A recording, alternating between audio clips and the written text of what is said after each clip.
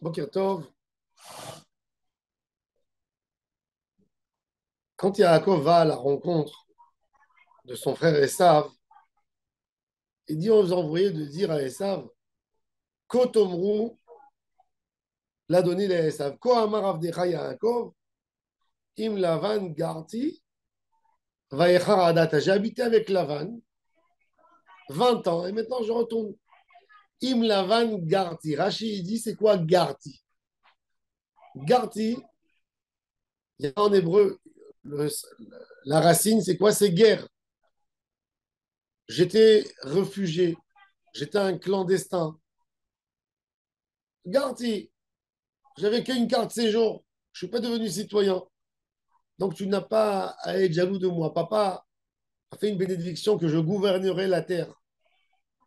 En fin de compte, voilà, tu vois, j'avais même pas un passeport.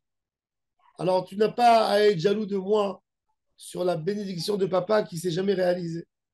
Ça, c'est la première explication. Deuxième explication, Rachid nous amène un midrash qui nous dit Garti, c'est les mêmes lettres, le chiffre numérique de Tariag 613. Tariag mitzvot shamarti, velo lamadti mima savara.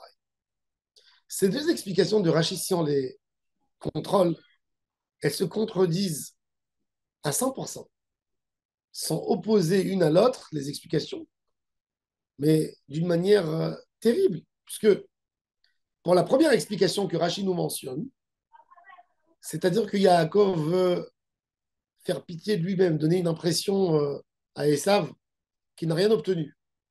Il dit, tu n'as pas de quoi me haïr, tu n'as pas de quoi être jaloux, puisque la bénédiction de papa n'a pas tenu la route. Puisque, regarde, 20 ans, j'étais clandestin. Donc, ne m'en veux pas pour la bénédiction. C'est une soumission, c'est alléger la bénédiction de son papa et faire passer à l'inaperçu. Par contre, si tu donnes l'autre commentaire sur Garti que tu dis, c'est Tariag mitzvot shamarti, j'ai gardé les 613 mitzvot, c'est-à-dire que Yaakov, il se prononce comme étant un, un combattant pour la Torah, un homme qui va continuer le travail des patriarches, de son père. Alors, bien sûr que Esav sera hyper jaloux. Alors, comment Rachid peut donner ces deux explications sur le même mot? Et en fin de compte, Rachid nous dit le comportement d'un juif. Un juif doit être humble, se dire je ne sais- tout ce que j'ai fait, c'est pas suffisant. Mais en même temps, savoir que c'est un prince.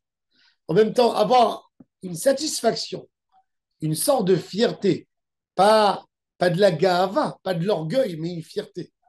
Il y a une différence entre une fierté et de l'orgueil. L'orgueil, c'est de dire moi, je suis plus grand que l'autre, je suis plus fort que l'autre. Mais il y a une sorte de fierté. Fierté, c'est je suis très content de ce que j'ai fait. Un juif doit avoir en lui une fierté de son judaïsme, de sa judaïcité, de se dire il n'y a rien qui manque dans mon judaïsme. Je n'ai pas besoin d'aller chercher ailleurs. Je n'ai pas besoin des autres cultures. Ce que j'ai, c'est magnifique, c'est grand, c'est fort, c'est extraordinaire. Je n'ai pas besoin.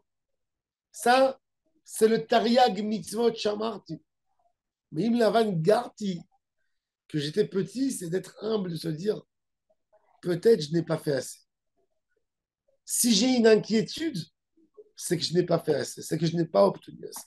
C'est pourquoi je n'ai pas mérité vraiment la bracha d'Akadosh Baruch Hu. Et on a besoin d'avoir en nous toujours ces deux éléments.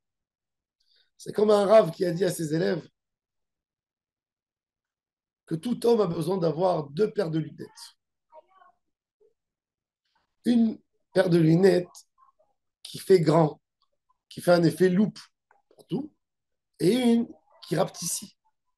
Dans les lunettes, on a des lunettes de vue et on a des lunettes de lecture. Les lunettes de lecture, qu'est-ce qu'elles font?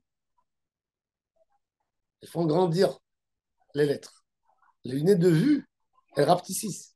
Bon, pas grand. Alors il a dit, chacun doit avoir des lunettes comme bifocales. C'est quoi hein? Quand tu regardes tes problèmes à toi, regarde-les avec des lunettes, avec un effet loupe. J'ai de gros problèmes à réparer. Quand tu regardes chez les autres, dis les autres, ils ont des petits problèmes. Mais il dit les gens, qu'est-ce qu'ils font? Ils font le contraire. Ils regardent avec les lunettes qui font l'effet loupe, les problèmes des autres. Et ils font des problèmes des autres, des problèmes énormes. Et quand ils se regardent à eux-mêmes, leurs gros problèmes, ils font de ça des petits problèmes. Eh ben non. On a besoin de regarder, de se contrôler à nous-mêmes. Et c'est ce qu'il dit Yaakov Avinu. Yaakov Avinu, il a fait tellement de mitzvot. Il savait que ce n'est pas un fauteur. Et il dit à Kadosh Baruch Hu, Katonti Mikol Achasadim ou Mikol Haem. J'ai peur que je n'ai pas fait assez. J'ai peur que je n'ai pas de mérite. Vayira Yaakov Modaït Zerlo. Yaakov Avinu craignait le Guéhénom, craignait le mal. Un tzaddik, il est conscient.